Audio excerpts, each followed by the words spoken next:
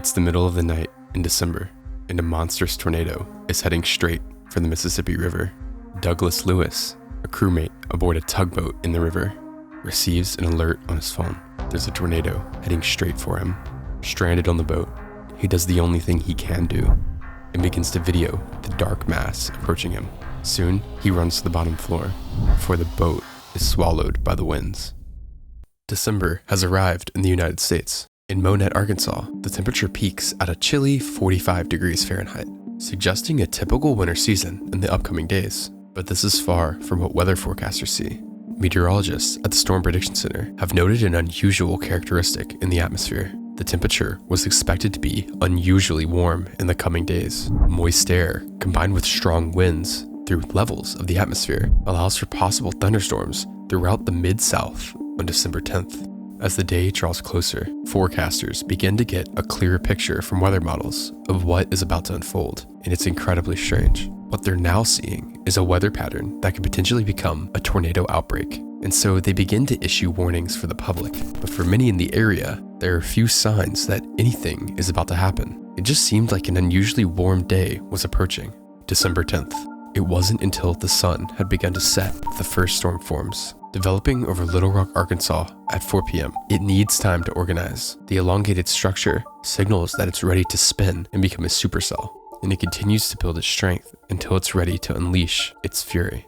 At 5:50 p.m., meteorologists observing radar note strong rotation in the storm, prompting them to issue the first tornado warning. At 6:40 p.m., the storm produces its first weak tornado of many, just south of Jonesboro, Arkansas. Although very short-lived, it wouldn't be long until it produced another tornado, and then another at the same time.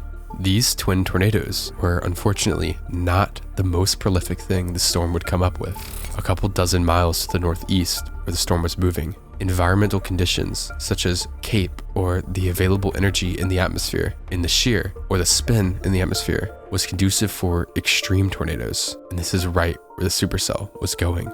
Unfortunately, it was the next tornado that would land the storm in the history books. At 7:07 p.m., a funnel descends just north of the town of Bay, Arkansas. The tornado is weak at first. It partially destroys a farm building as it crosses into Lake City, Arkansas, and continues to race to the northeast. Hunter Fike is at his parents' shop. What he sees seems to be an almost tiny string tearing up the ground in front of him.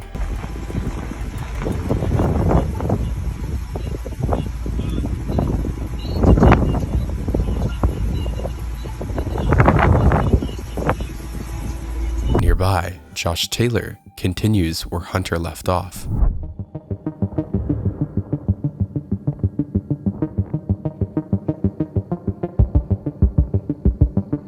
The tornado now has an apparent stovepipe shape, much thicker than previously.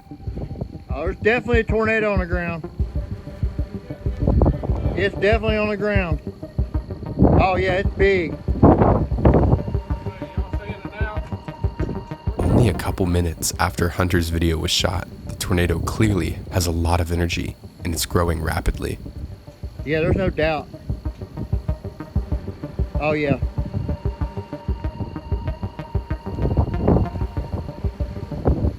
In the town of Monette, few people are aware of the impending danger heading straight for them. One of these oblivious areas is the nursing home north of town, which is now sitting directly in the path. At 7:20 p.m., a phone call is received by employees at the nursing home. The owner, Rick Sampson, calls in a panic, stating a tornado was on the way and that everyone needed to get to a safe space immediately. Nurse Barbara Richards glances out of the door and sees a dark mass beelining straight for her. She ducks down and yells for everyone to cover up. Before she can even complete her sentence, the winds explode and the roof and walls collapse. As soon as the winds arrive, however, they stop. Immediately, sirens from emergency services can be heard driving down the road, and as EMS crews evacuate the structure, they find the body of Golden West Pembry, the first death attributed to the tornado. There is little reprieve before the next town is subjected to the tornado's increasing power. The town of Leachville now only has 5 minutes before it too is struck. On the north side of town, a dollar store is still open. June Pennington, the store's assistant manager, and another much younger employee watch the tornado approach. Seeing the dark gray clouds, they rush into the store's bathroom. As the winds whip around the building, The anchored steel frame is warped and twisted out of its foundation, leading to the collapse of most of the structure. Pennington lies on top of her coworker to protect them as the wall caves in on top of them. In the chaos, June Pennington passes away, miraculously saving the life of her young coworker. Teenager Kelsey is filming from back in Truman, where the tornado initially touched down, but due to the flat farmland, the large wedge tornado is still visible.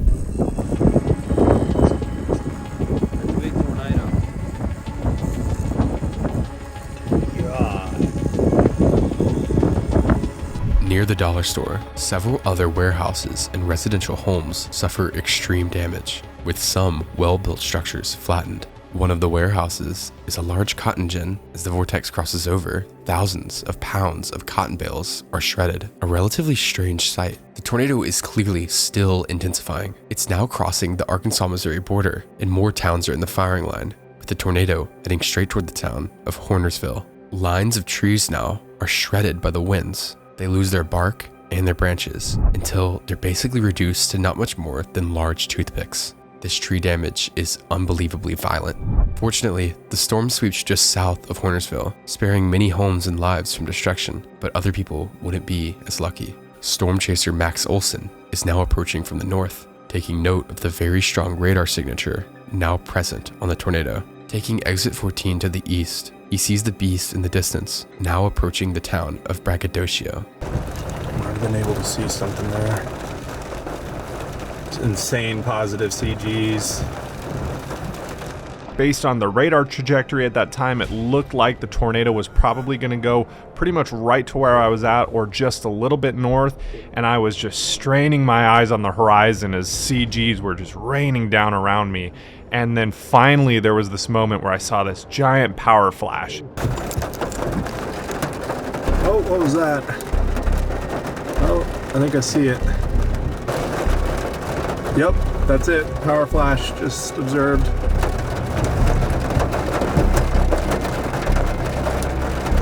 Yeah, I can see it off in the distance. It's a big stovepipe, maybe wedge. In the town, only a handful of residents are even aware of the approaching monster. The tornado continues to grow in strength, however, shredding massive metal transmission towers until they collapse, whilst several homes are reduced to no more than piles of debris. The winds in the tornado continue to rise as the tornado closes in on the homestead of the Rackley family. The Rackleys had moved to the home just a week prior.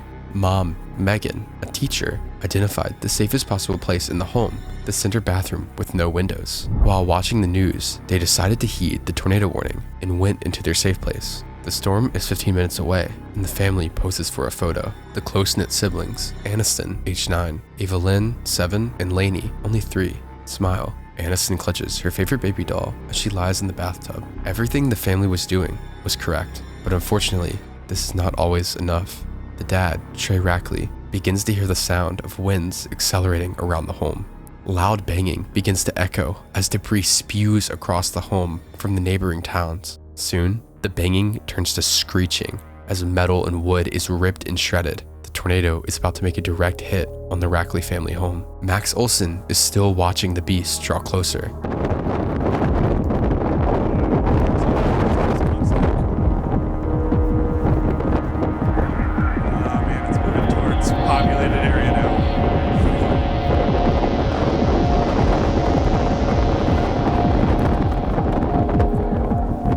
As the Rackley Street is crossed, a power flash, indicative of power lines being destroyed, illuminates the vortex. The Rackleys' home, unfortunately, cannot resist the strength of the tornado.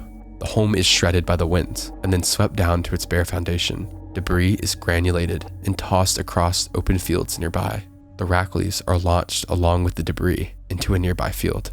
Unfortunately, the oldest daughter, Aniston, is unable to withstand her injuries and passes away. Aniston was described by family as a bright light. She loved swimming, dancing, and cheerleading. Across the road, a second home is swept away. Fortunately, no one is home when it struck, but the damage here could be even stronger than at the Rackley's home. The tornado is actually the strongest it's ever been and begins to carve spirals into the ground, showing the vortex behavior itself. Max begins to book it north as the now mind-blowing wedge tornado crosses the interstate. Its eyes are directly on Hayti, Missouri. Not a good situation. It's moving right into town here. 80. I slowly just inched my way north towards the town of Hayti as this tornado was marching towards the interstate. Maybe chill out right here.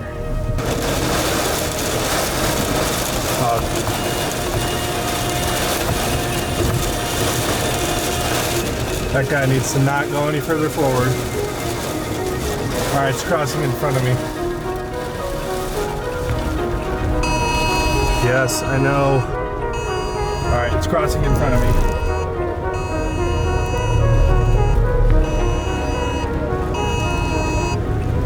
Two other storm chasers, Brad Arnold and Nick Gorman, are up ahead of Max and film the tornado as it crosses the interstate. Go backwards now. I can go backwards up the ramp. No, you're good. It's right there in front of us. Right there. Ship cross right here. Yep, it is. Yeah, I saw a power flash. It's right there. Yeah. Right there. Tornado crossing I-55. There. Right there. Got it. Right there. Got it. Unfortunately, they are also catching the next tragedy on film.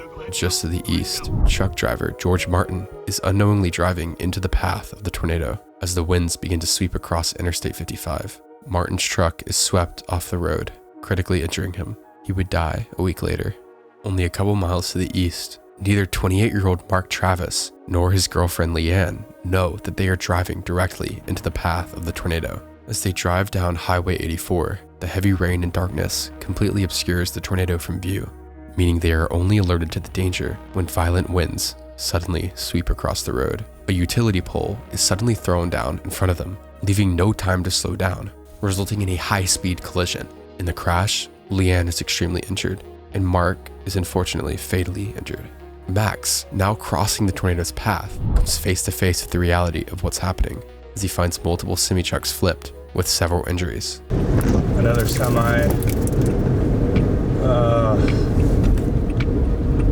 God. God damn it. Right here. That's cable barrier. It's just cable barrier. He's crawling out. Wait, here. Hey! Get in! Get inside! In here? Huh? Want to get in here? Here, I'll see if it's okay. Hey! Get in! To the west of I-55, the violence of winds gouges even more, swirling cycloidal marks into the nearby fields. The path these patterns take show how the tornado narrowly misses Hayti to the south, approaching the Mississippi River north of Crothersville. Factory lights from a warehouse along the riverbank illuminate the wedge, briefly displaying its violent motion as Max frantically zooms tighter. It was around this time that the tornado was approaching the Mississippi River, and this is when that large light was able to illuminate the funnel to where you could truly see the violent motion. As if it already wasn't prevalent enough before with the continuous lightning, now it was just so vivid. You could very clearly see how intense this thing was, and it was just churning its way off in the distance.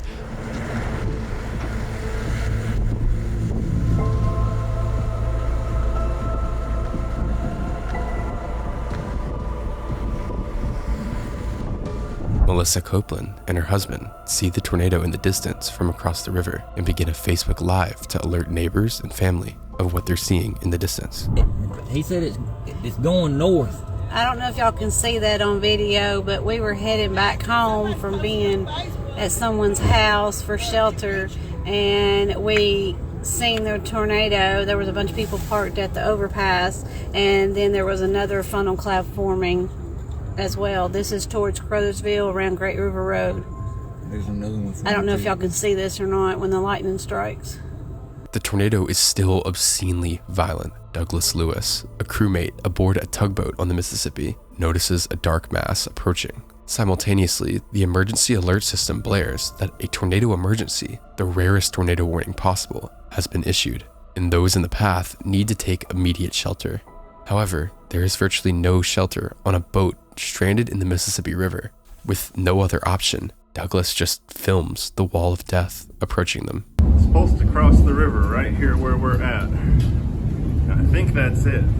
So we got a front row seat, that's for damn sure. By the river.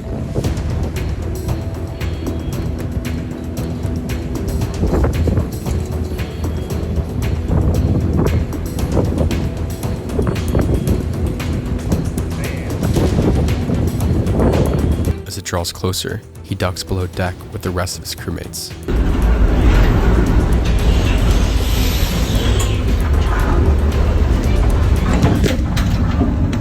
The winds batter the tugboat, but in some miracle, everyone on board survives. An anemometer on board recorded a wind gust of 121 miles per hour as the boat narrowly avoided being destroyed. To the north, another crewmate, Keith Fowler, also filmed a large tornado approaching.